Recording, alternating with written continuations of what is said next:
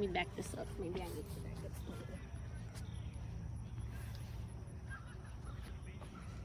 up. Oh. Hi Barbie! It's Barbie and welcome to Barbie Academy. Today we are going to be talking about romanticizing your wellness journey, because you gotta love it. If you're going to keep it up forever, if you're going to keep going forever, you have to love it. And so it's not all going to be peaches and cream, especially if you've been through a lot, especially if you have addictive tendencies. Everything is not going to be peaches and cream, and you will have to utilize willpower. But there are so many ways to usher in love. There's so many ways to usher in pleasure.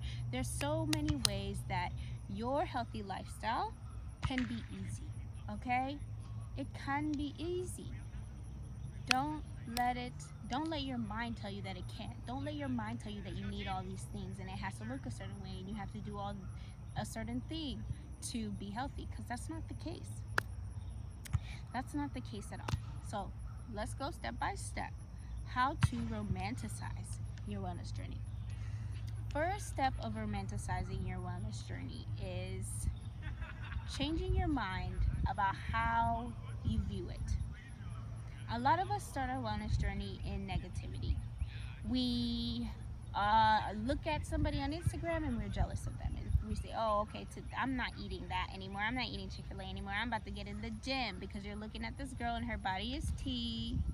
And you're like, oh, I want to be like her. And you're a little jealous. So you, maybe for a week, get in the gym. But after that week, it's just like you don't have no more energy, because that's wearing off. You're not jealous anymore. And so, there was nothing to hold you there. And so when you start your journey, sorry, there are people playing volleyball. But yeah, when you start your journey, you have to do it in an emotion that is full of love, full of true want, true desire. It can't be negativity. It can't be because your ex broke up with you and now you're trying to prove them wrong. That may take you there. You may get the body, but how are you going to keep the body, babe? How are you going to keep the body? You may have the body for 5 seconds. How are you going to keep the body? That needs love. That needs self-control. That needs authenticity. And that's my next step. How to romanticize your journey. Be authentic with how you want to show up and how you can show up. Be real with yourself and say, well, I don't like to do this, so I'm not gonna fucking do it. And that's okay. Now, there are some things that need willpower. Like, obviously, you have to eat good foods if you want to see results. You have to prioritize whole foods, real foods, if you want to see results. If you're eating Chick-fil-A, chicken nuggets, McDonald's, whatever. Why did my brain say Mission Barbecue? Who the fuck eats that? Maybe somebody here eats Mission Barbecue. I'm sorry, that was rude. But you're not gonna see results eating those things, and that's true. Point blank, period. Foot in the sand. You cannot fucking change that. But there are ways to romanticize foods that you love to eat. Okay, so don't be ashamed of what you like. Just try to find witty ways to get around it. A lot of the girls, those protein concoctions. People be making a lot of stuff the protein way. So just look up the healthy protein way, or healthy no sugar or a little bit of sugar way to make the things that you love. Okay? Authenticity, being true to yourself. And sometimes you just even gotta eat the food, bro. When you restrict yourself too much, you put yourself in this prison and there's no balance. And it seems like either or. But there's a lot of healthy people, there's a lot of fit people with the body that you want that are eating Mission Barbecue and ribs and all that stuff. So it's all about moderation, it's all about authenticity, and most of all, it's all about consistency. Doing things that you can be consistent with. And that's why I say small achievable goals. Small achievable goals. That's the next step, how to romanticize your journey. And it kind of feeds into the other ones. When you start your journey out of shame, out of fear, out of disgust, maybe you had a bad doctor's visit and now you're trying to rush and do all these things, that's not consistent and that's not going to be sustainable. Small achievable goals help you actually utilize love, actually utilize, who you are when trying to reach your goal. And what do I mean by that?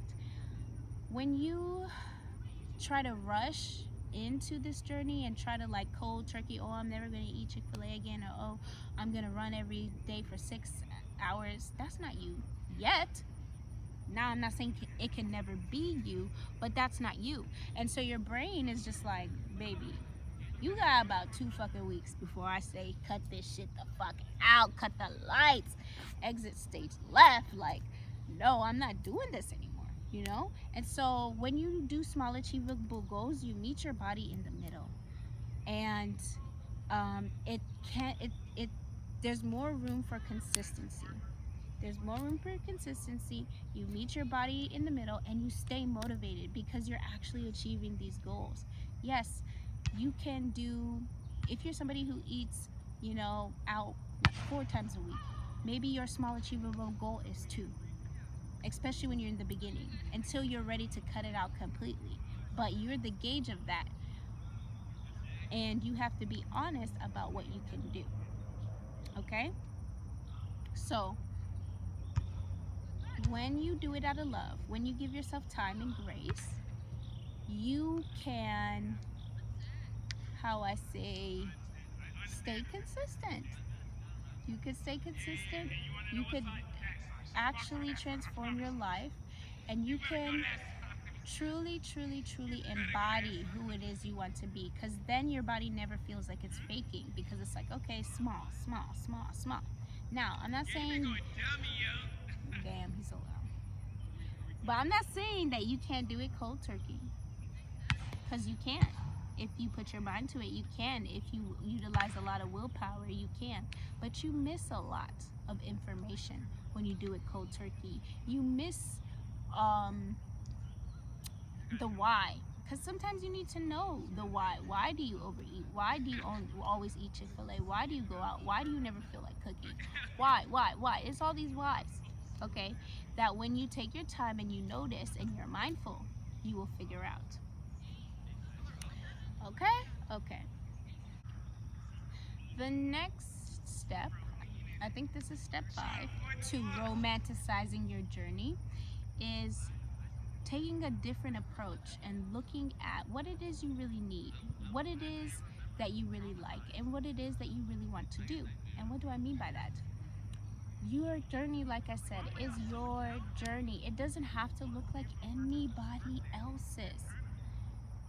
You can lose weight in the gym, but you can also lose weight taking walks. You can also lose weight roller skating. You could also lose weight dancing. You could also lose weight doing karate or boxing or whatever it is that you feel like suits you and your body and your schedule. Okay, it doesn't always have to be the gym. It doesn't always have to be lifting weights or exercises or anything like that. I'm looking at these kids and they play volleyball. It also helps when you have a community of people who are doing the same thing. So looking for community is also another way to romanticize it. But let me jump back on topic. But yeah, you could do volleyball. You could do whatever it is that you love to do, and make sure that it suits or fits your goal. It does not have to look like everybody else's. You don't need the gym membership. You might only need legs. Go take a walk. You might only need a mat. Go do some yoga. An internet connection. That's it. Okay?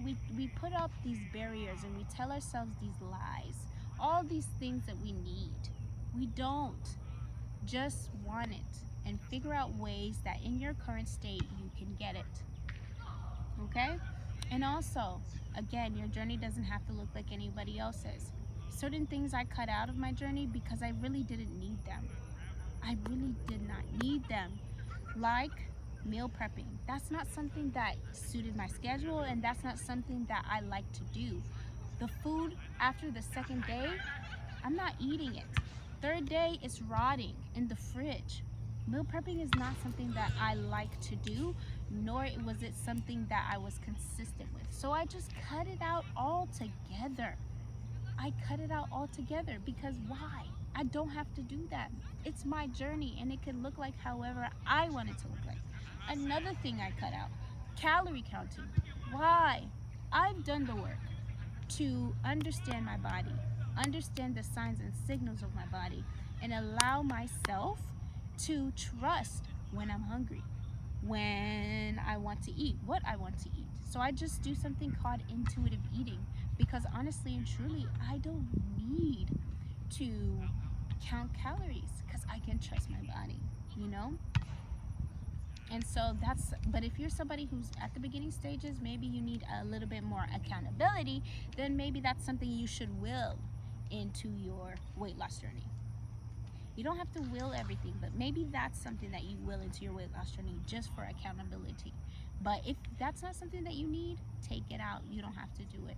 If that's not something that, fits in your schedule or time, take it out. Find other ways around it to hold yourself accountable and a way that you can be consistent. Okay, I think I said a lot. If you can tell, I'm working on public speaking. Okay, I'm not the best or the greatest, but I try. I show up, and that's all you have to do is just show up and find quirky, cool ways that you can that keeps you consistent. Okay, Barbie, I really, really, really hope this helped, Barbie. My name is Barbie and I am a fitness coach. I'm also a mind-body integration coach, and I help women get back in touch with their bodies, get back in touch with their desires. I help them shed the false identity that they're, putting on themselves, like, oh, I could never do this. Oh, I'm not a fitness person. Oh, I'm not this. Oh, I'm not healthy. That's a lie. Okay, there's always a way around. There's always another way to achieve your goals. All you have to do is find them, and I help women do that. Okay, so if you need help, contact me, leave a comment, go to my website, whatever it is that you can do, and let's keep in touch. Let's keep in touch. Okay, Barbie, I will catch you in the next video. Bye, Barbie.